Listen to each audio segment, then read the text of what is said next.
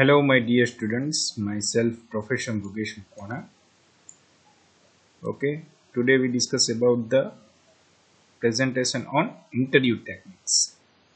आज हम आपको इंटरव्यू टेक्निक्स के बारे में बताएंगे। आज आप लोग है 8th सेम में आ गए हैं, तो कंपनी है वो प्लेसमेंट के लिए आ जाएगी, तो आपको इंटरव्यू टेक्निक्स की जानकारी होनी चाहिए।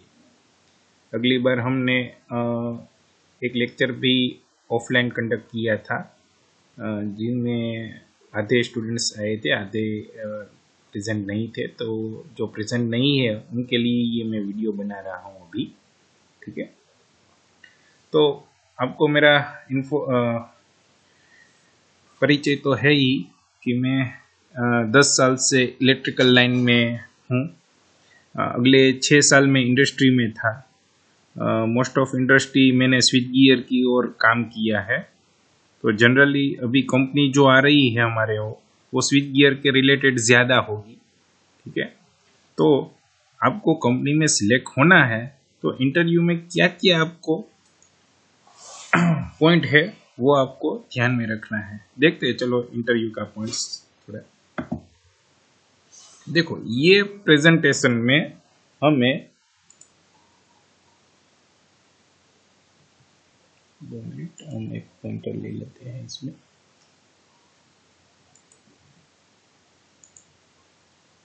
ये एजेंडा है। इन प्रेजेंटेशन में हम इंटरव्यू की तैयारी, what is the interview, types of interview, resume कैसे बनाना है, नो योर सेल्फ, एम्प्लॉयर के बारे में आपको क्या क्या जानना है, ठीक है, इंटरव्यू प्रिपरेशन, आपका ड्रेस कोड क्या होना चाहिए, ये सभी बात हम इस पीपीटी में देखेंगे। देखते हैं, चलो आगे देखो। इंटरव्यू क्या है? Interview it is a meeting, nothing else. आपको इंटरव्यू नाम सुनते ही पसीने छूट जाते हैं, है ना। तो इंटरव्यू कोई नहीं है, ओनली एक मीटिंग एजेंडा ही है, जिसमें 2 लोग बैठे हुए होते हैं और आपको अपना डिस्कस करना है knowledge, interest level, strength, weakness, skills, desire behaviour, limited time, ठीक है। तो ये इसमें डरने की कुछ ज़रूरत नहीं है। अभी इंटरव्यू कितने टाइप्स के होते हैं वो हमें देखना है। तो टेलीफोनिक इंटरव्यू होते हैं, यानी कि आपको टेलीफोन में क्वेश्चन पूछे जाते हैं, उसका जवाब आपको टेलीफोन में ही देना है। पर्सनल इंटरव्यू, यानी कि आप और अकेले दूसरे मैनेजमेंट के बॉडी हो, दो ही व्यक्ति हो सामने, तो उसे पर्सनल इंटरव्यू कहते हैं। पैनल इंटरव्यू, यानी कि 3 लोग बैठे हुए होते हैं। 3 इडियट्स पिक्चर में आपने देखा ना, 3 लोग बैठे होते हैं, तीनों का रिजल्ट मिला के कैंडिडेट को चॉइस करते हैं, उसको पैनल इंटरव्यू कहते हैं। चौथा है सीरियल इंटरव्यू। सीरियल इंटरव्यू में क्या होता है कि पहले एचआर है वो राउंड लेते हैं, शॉर्ट लिस्टेड करते हैं रिज्यूम, यानी कि एचआर ही आपको टेलीफोन में फ़ोन करके बुलाते हैं और उसमें उसको अच्छा लगे वो कैंडिडेट को बुलाते हैं, उसको एचआर राउंड भी कहते हैं। फिर बाद में प्रैक्टिकल राउंड लेते हैं, आपकी एप्टीट्यूड टेस्ट होती है, टेक्निकल नॉन टेक्निकल एग्जाम, ठीक है। फिर बाद में मैनेजमेंट राउंड होता है, कंपनी के एमडीज होते हैं, वो आपका इंटरव्यू लेते हैं और सैलरी आपको तय होता है, ठीक है। तो ऐसे कुछ इंटरव्यू के टाइप्स होते हैं। टेलीफोनिक इंटरव्यू कब होता है?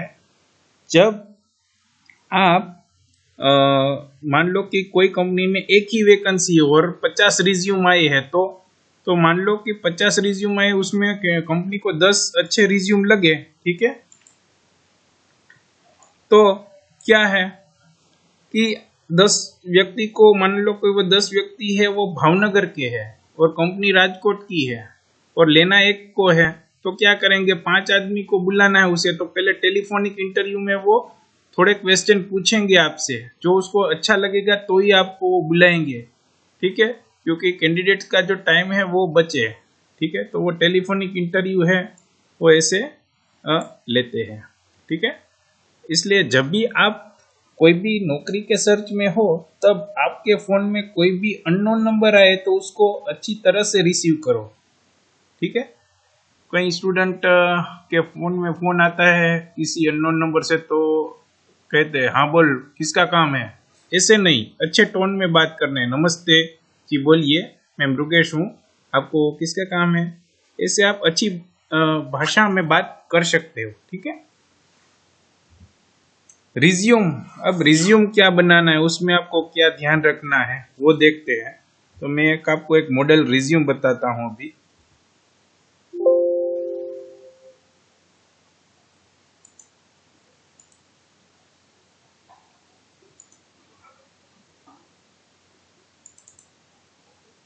देखिए ये एक मॉडल रिज्यूम है, ये एक A4 साइज का पेज है ना।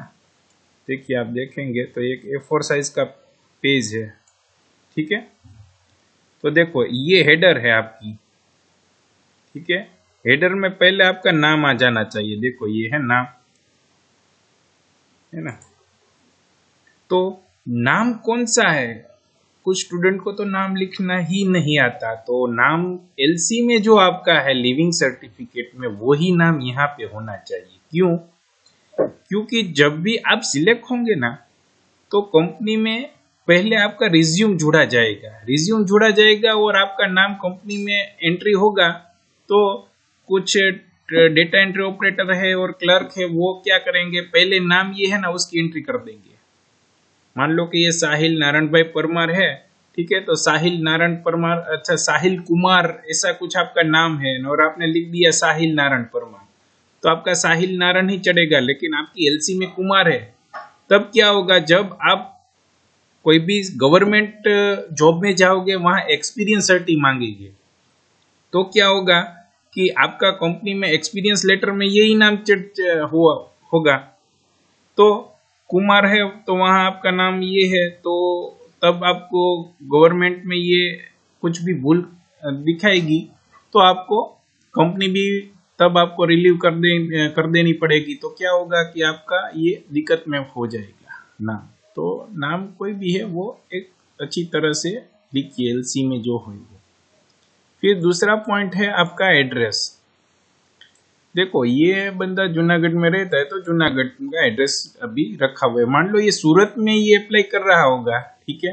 तो सूरत के कोई कंपनी है तो वो क्या देखेगी, भाई ये बंदा तो जूनागढ़ का है, सूरत का बंदा हो तो लो उसको कंपनी में। तो इस बंदे को जो सूरत की कंपनी में नौकरी चाहिए तो यहाँ सूरत का एड्रेस होना चाहिए, लेकिन सूरत का तो उसका घर नहीं है। तो हाँ, आपका भाई हो बहन हो उसका एड्रेस आप लिख सकते हो, क्योंकि कंपनी लोकल पर्सन को पहले से सिलेक्ट करेगी।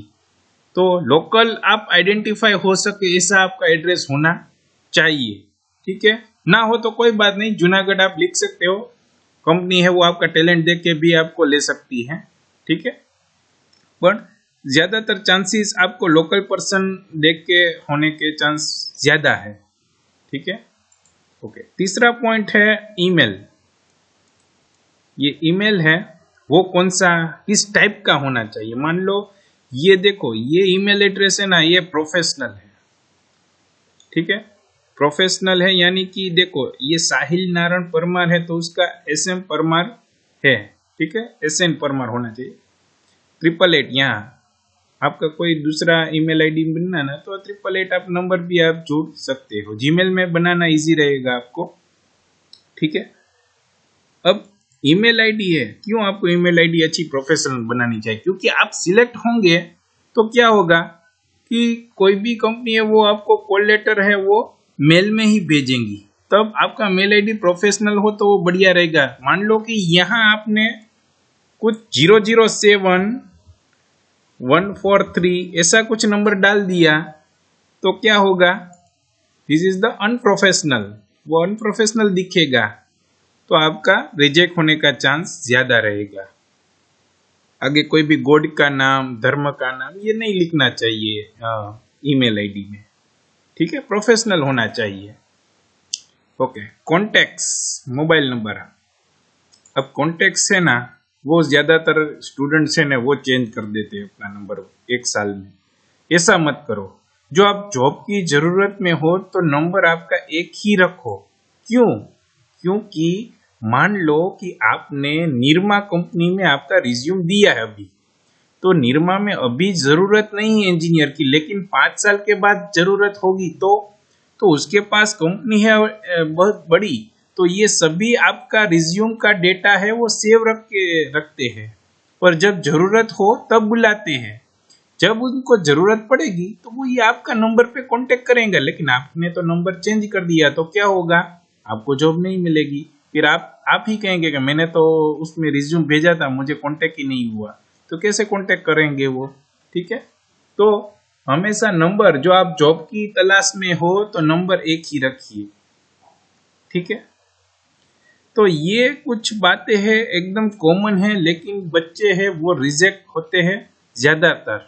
ठीक है, इस इतनी ही लाइन में ओनली आप सोचो।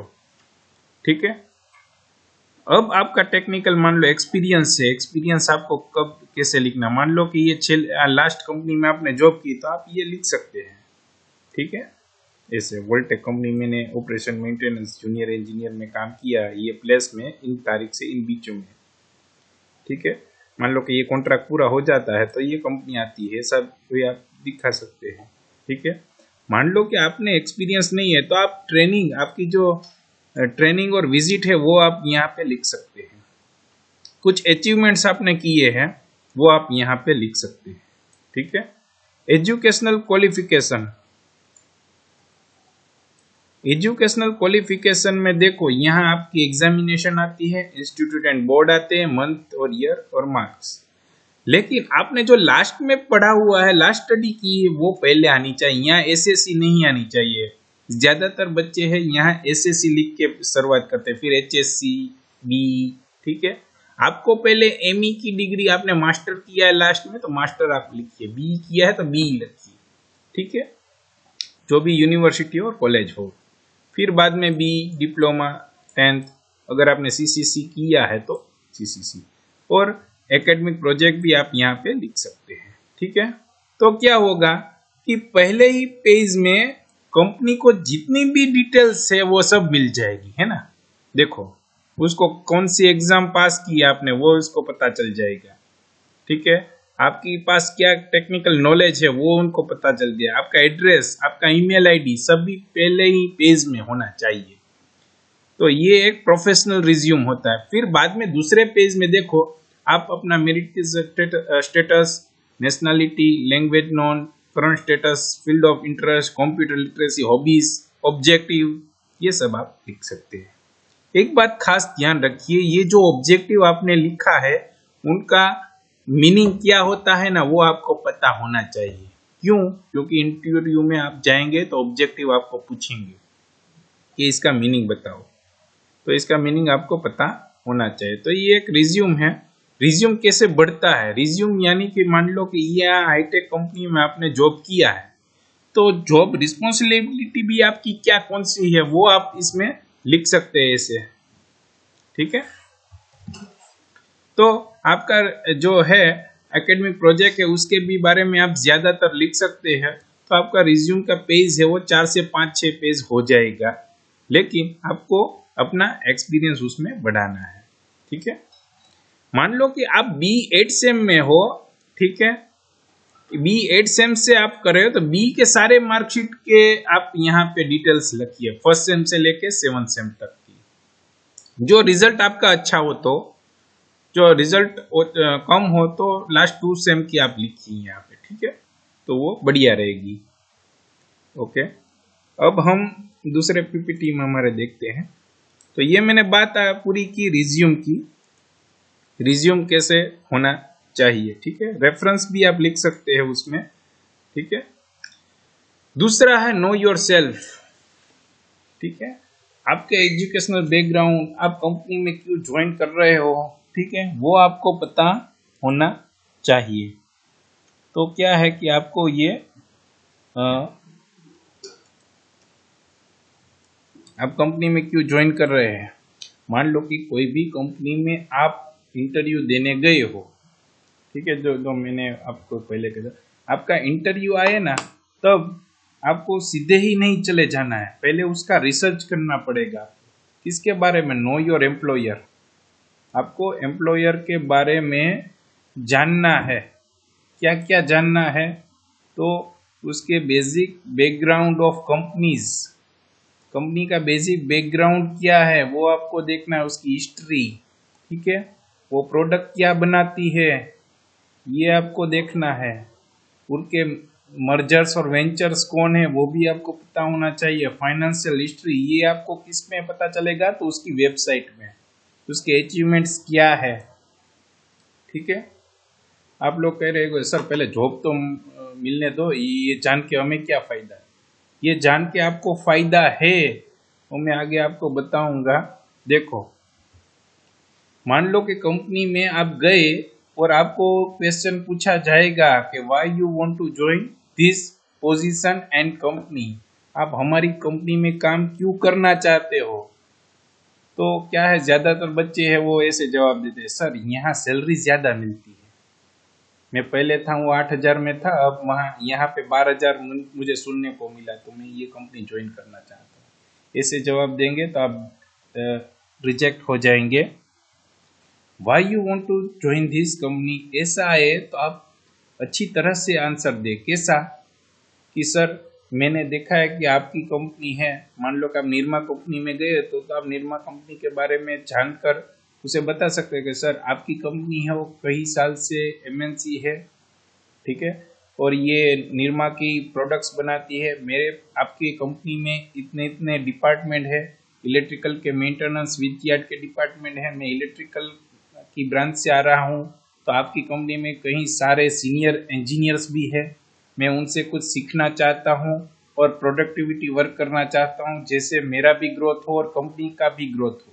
ऐसे आपको आंसर देना है, why you want to join this position and company, तो आपका सिलेक्ट होने का चांस है। ठीक है, strength and weakness, identify your strength and weakness. आपकी स्ट्रेंथ और वीकनेस क्या है ये भी कंपनी पूछेगी। तो क्या है स्ट्रेंथ और वीकनेस, वीकनेस आप जो बताए वो स्ट्रेंथ ही बन होनी चाहिए, ऐसा आपको आंसर देना है। कैसे, मान लो कि आपको ये कहना है कि सर मैं पहली कंपनी में था, तो कंपनी में क्या था कि मैं मेरे जो भी वेंचर्स है उसको मैं फोन करके तंग करता रहता कि हमारा सामान कब आएगा, हमारी डिलीवरी कब भेजोगे, ऐसे करके मैं तंग करता था उसे। तो वो ये आपकी वीकनेस है, लेकिन कंपनी के लिए आपकी स्ट्रेंथ है। ठीक है, तो ये आइडेंटिफाई आपको स्ट्रेंथ एंड वीकनेस में कहनी है। ठीक है, आइडेंटिफाई योर स्टेबिलिटी, आप कंपनी में कितने साल तक जॉब करने चाहते हो ये भी आपको पता ना होना चाहिए। ठीक है, मैंने आपको कहा ना ज्यादातर कंपनी लोकल पर्सन को ज्यादातर करनी चाहिए। तो आपकी स्टेबिलिटी, आप उसके साथ करियर बनाना चाहते हो, ये आपको उनको कहना है। ऐसा नहीं कि सर मैं 2 साल तक नौकरी करना चाहता हूँ फिर मैं देखूंगा। ठीक है, ऐसा नहीं है हमें आंसर देना है उसे, सर मैं आपके कंपनी में मेरा करियर बनाना चाहता हूँ, ऐसा आपको यहाँ उसको स्टेबिलिटी कहनी है। आपका इंटरेस्ट लेवल क्या है वो उसे बताना है। ठीक है, तो ये सारी बातें हो आपको पता होनी चाहिए। ठीक है, okay. Interview preparation, interview preparation यानी कि मान लो कि आपको कॉल लेटर आई है और संडे आपका इंटरव्यू है, आज थर्सडे है। ठीक है, तो क्या है कि आपको इंटरव्यू की प्रिपरेशन करनी है। तो पहले तो आपके जो एक्स्ट्रा रिज्यूम है उनकी कॉपी आपके पास होनी चाहिए। ठीक है, आपके पास एक्स्ट्रा रिज्यूम है तो उसकी कॉपीज आप बना लीजिए अच्छी तरह से, रिज्यूम पहले उसकी। ठीक है, फिर आपको इंटरव्यू में आपकी फाइल एकदम बना लीजिए, फाइल में पहले रिज्यूम रखें। ज़्यादातर क्या होता है कि इंटरव्यू में मैंने देखा तो बच्चे जाते हैं और फाइल देते हैं और पहले उसमें राशन कार्ड निकलता है, ऐसा नहीं होना चाहिए। पहले पेज में रिज्यूम होना चाहिए, बाद में आपका एक्सपीरियंस सर्टी होना चाहिए। आप जो फ्रेशर हो तो एक्सपीरियंस के जो भी आपने सर्टी है इंडस्ट्रियल ट्रेनिंग और विजिट के वो रखना चाहिए। अगर वो ट्रेनिंग और विजिट के आपके पास सर्टिफिकेट नहीं है तो आपने जो 2 पेज का एक रिपोर्ट बनाया हुआ है वो रखिए। ठीक है, फोटोकॉपीज रखिए। ठीक है, तो ये एक बढ़िया रहेगा आपके लिए। फिर बाद में आपकी मार्कशीट होनी चाहिए, 1 से 8 सेम तक की आपकी मार्कशीट अच्छी है तो सभी मार्कशीट अलग अलग फोल्डर में होनी चाहिए। आपकी मार्कशीट का रिजल्ट अच्छा नहीं तो बंच निकाल कर एक ही फोल्डर में सभी मार्कशीट होनी चाहिए।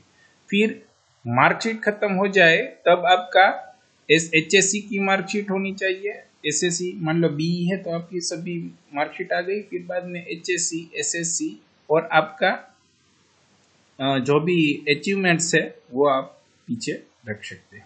ठीक है, तो ऐसे कुछ आपको प्रिपरेशन करनी है। बॉल पेन से वो ले जानी है, क्योंकि इंटरव्यू में आपको थोड़ा ज़्यादा अर्ली आपको जाना है। आपका इंटरव्यू का टाइम 9 है, तो आप 8:30 बजे चले जाइए कंपनी में। ठीक है, क्यों? क्योंकि इंटरव्यू में जो गेट प्रोसीजर है, मान लो कि सिक्योरिटी की गेट की जो प्रोसीजर होती है वो पहले पूरी कीजिए। सीधे सीधे नहीं आपको चले जाना है, इंटरव्यू है मेरा, आपको पहले सिक्योरिटी से परमिशन लेके जाना है कि मेरा इंटरव्यू है इस वक्त। ठीक है, तो वो आपको उसकी प्रोसीजर पूरी करके अंदर भेजेंगे। ज़्यादातर कंपनी में शूज़ ऐसा आपको पहनना है। ठीक है, चप्पल नहीं पहना है, chappal is not allowed in company, only shoes. ठीक है, तो प्रोफेशनल वेयर में आप जाइए। प्रोफेशनल यानी कि शर्ट और पैंट। ठीक है, जीन्स नहीं होनी चाहिए और टी शर्ट नहीं पहन के जाना चाहिए। तो ये आपका ध्यान रखना है। फिर क्या होगा, आप इंटरव्यू में गए, सिक्योरिटी प्रोसीजर आपने पूरी की, अंदर आपको रिसेप्शन में भेजेंगे। रिसेप्शन में क्या होगा कि कंपनी का खुद का बनाया होगा एक फॉर्मेट होगा, उसमें आपको आपका नाम और सब लिखना है। बायोडेटा जैसा फॉर्मेट में ही उसके फॉर्म्स होते हैं, उसके आपको लिखना है। ठीक है, फॉर्म फिलअप करना है, इसलिए आपको बॉल पेन ले जानी होगी। ठीक है, वहाँ से नहीं ढूंढनी है कि बॉल पेन दीजिए, बॉल पेन है वो आपको ले जानी है साथ में। तो ये फॉर्म्स आपका फिलअप होगा। फॉर्म फिलअप के साथ आपकी जो एकेडमिक्स है, एक्सपीरियंस है, उसकी जेरोक्स कॉपी भी आपको जोड़नी है। तो जेरोक्स कॉपी आपको ज़्यादा ले जानी है, 2 कॉपी तो होनी चाहिए सभी की। ठीक है, तो जेरोक्स कॉपी आपको होनी चाहिए। फिर क्या होगा पता है आपको, जब आप इंटरव्यू में सभी डॉक्यूमेंटेशन प्रोसेस पूरा होगा ना, तब आपको एक वेटिंग रूम में बिठाएंगे। अब असली खेल वहां से शुरू होगा, क्योंकि आप 8 बजे सुबह गए हो तो शाम को 8 बजे भी आपका इंटरव्यू हो सकता है। आपको 12 कलाक भी बिठा जाएगा। आप जो वेटिंग रूम में बैठे हो वहाँ आपका सीसीटीवी मॉनिटरिंग भी होगा। ठीक, तो आपको एकदम मेंटली प्रिपेयर होके ही जाना है। ठीक है, ऐसा नहीं है कि 8 बजे गए और 12 बजे तो आप ऐसा सोचने लगे ये कि कंपनी है, इंटरव्यू की भी कुछ टाइम नहीं है, तो ये कंपनी में क्या निकाल लेना है। लेकिन कंपनी हो आपकी मेंटल स्ट्रेस देखेगी कि आप क्या बिहेवियर करते हैं। ठीक है, आपको ये जॉब कितनी ज़रूरत वाली है, ये सभी आपको ऐसे इंटरव्यू में होंगे। ठीक है, प्रॉपर अटायर, ड्रेस कोड अच्छे होने चाहिए आपके। जो ये एकदम बिजनेस सूट पहनना चाहिए आपको। ठीक है, बिजनेस सूट माने लो कि आपको ब्लेजर है वो पहन जा सकते हैं। पुलिस वाले शूज होने चाहिए आपके। लड़की है तो उसको लो बिजनेस हिल सोई होनी चाहिए। आपका फेस है एकदम स्माइलिंग होना चाहिए। ठीक है, हेयर है वो एकदम अच्छे होने चाहिए। आपका जो फाइल है वो अपनी फाइल में सभी पोर्टफोलियो होने चाहिए। फ़ोन साइलेंट मोड में होना चाहिए।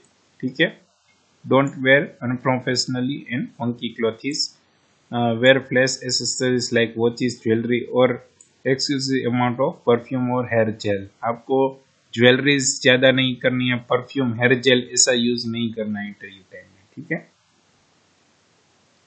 ओके। ज़्यादातर आपको आई टू आई कॉन्टेक्स्ट में बात करनी है। प्रोनाउंसिंग से आपको नाम लेना है। स्माइलिंग फेस होनी चाहिए। Don't steel until interviewer is seated. मान लो कि आप वेटिंग रूम में बैठे हो, आपकी बारी आई इंटरव्यू में जाने की, तब आपको क्या करना है? तो एकदम स्माइलिंग फेस से आपको इंटरव्यू रूम में जाना है। पहले तो इंटरव्यू रूम का डोर ओपन करेंगे तो मे आई कम इन सर ऐसे जाना है आपको, सीधा नहीं चले जाना है। फिर वहाँ एक चेयर होगी, चेयर देख के आपको बैठ जाना नहीं है, ठीक है। जब आपको बैठने को कहे तब आपको बैठना है, ठीक है। फिर आपको फाइल है वो टेबल पे रखनी है और कुर्सी है वो एल शेप में होगी, तो एल शेप में आप एकदम फिट होके ही आपको बैठना है, ठीक है। और इंटरव्यूअर है वो आपको पानी का पूछे तो आप पानी पी सकते हो, उसमें कोई दिक्कत नहीं है, वो आपकी ऊपर है, ठीक है। इंटरव्यूअर है वो आपको थोड़ा इंटरव्यू में आप घबराएंगे होंगे तो वो आपको फ्रेश करने के लिए पूछेंगे पहले कि आप कहाँ से आए हो, किस में आए हो, बस में और ट्रेन में, कैसे पहुंचे यहाँ, कोई आपको दिक्कत तो नहीं होगी, ठीक है। आपको हंसाएंगे, ठीक है, लेकिन आपको एकदम सीरियसली रहना है, एकदम जोर जोर से भी हंसना नहीं है और ऐसे नहीं सोचना कि ये तो हमारे जैसे फ्रेंड है, ठीक है। आपको एकदम गंभीर से लेना है, ठीक है। फिर इंटरव्यू में फर्स्ट क्वेश्चन आपको पूछा जाएगा, टेल मी योर इंट्रोडक्शन, आपका इंट्रोडक्शन दीजिए। तो देखो इंट्रोडक्शन शब्द सुनते ही आपको ऐसा लगता है कि मैं कैसे शुरू करूं, कहाँ से, तो हमेशा ज्यादातर 99 कंपनी है पहला इंट्रोडक्शन ही आपको पूछेगी। तो क्या है कि आप इंट्रोडक्शन अच्छी तरह से इंग्लिश में आप अपना याद रखें कि आपको क्या करना है। मान लो कि मेरा नाम रुगेश है तो मैं कहता हूँ myself profession Rugesh Makwana, my basic education is master also B and diploma engineering, my interest level is thesis, आज है जो भी हो ये आपको कहना है, ठीक है। दूसरा क्वेश्चन आपको पूछा जाएगा, tell me about yourself, आपके विषय कुछ बताइए। तो आपको ये बताना है कि I am the sincere person हूँ, कोई भी काम हाथ में लेता हूँ तो पूरा करके ही आगे बढ़ता हूँ, ऐसा आपको उसमें कहना है। Tell me about yourself पूछा जाए तो। तीसरा क्वेश्चन, फैमिली बैकग्राउंड आपके बारे में पूछा जाएगा। फैमिली बैकग्राउंड में क्या है कि आप कितने, आर्थिक परिस्थिति आपकी कितनी है वो कंपनी को देखनी है। मान लो कि 10,000 की जॉब है और आपके फादर की इनकम ही लाख रुपीज है तो क्या होगा, वो कंपनी है वो सोचेगी कि भाई इसको जॉब की जरूरत नहीं है, तो ये गंभीर से जॉब सीरियसली नहीं कर पाएगा, तो वो जॉब आपसे हाथ से निकल भी सकती है। तो हमेशा फैमिली बैकग्राउंड, आपकी फाइनेंशियल कंडीशन जानने के लिए पूछे जाते हैं, ठीक।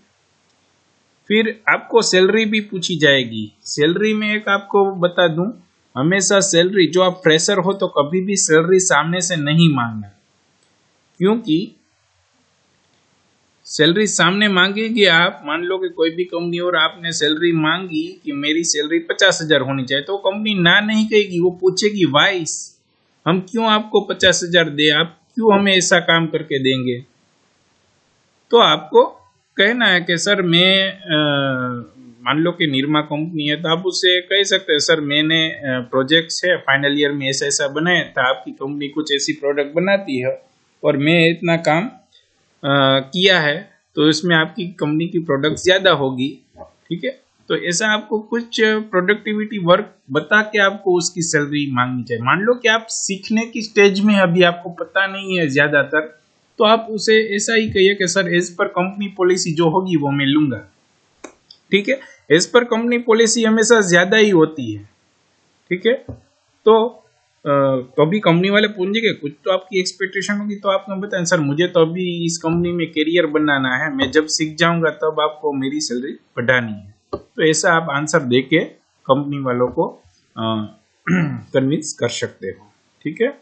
फिर नेवर चिंगम ड्यूरिंग इंटरव्यू, ठीक है, ऑफर द ग्लास वाटर, और लास्ट में आप हैंड शेक करके निकल सकते हैं, ठीक है। Okay, this is the my number 9727507888। Okay, thank you. तो ये मैंने बात पूरी की थी इंटरव्यू टेक्निक्स की, ठीक है। कोई भी आपको दिक्कत रहे तो मुझे ये नंबर पे आप इंटरव्यू टेक्निक के बारे में पूछ सकते हो, रिज्यूम के बारे में। अब सभी स्टूडेंट्स को मुझे अच्छी तरह से रिज्यूम सेंड करना है मेरे मेल आईडी में, ठीक है। Okay, thank you so much.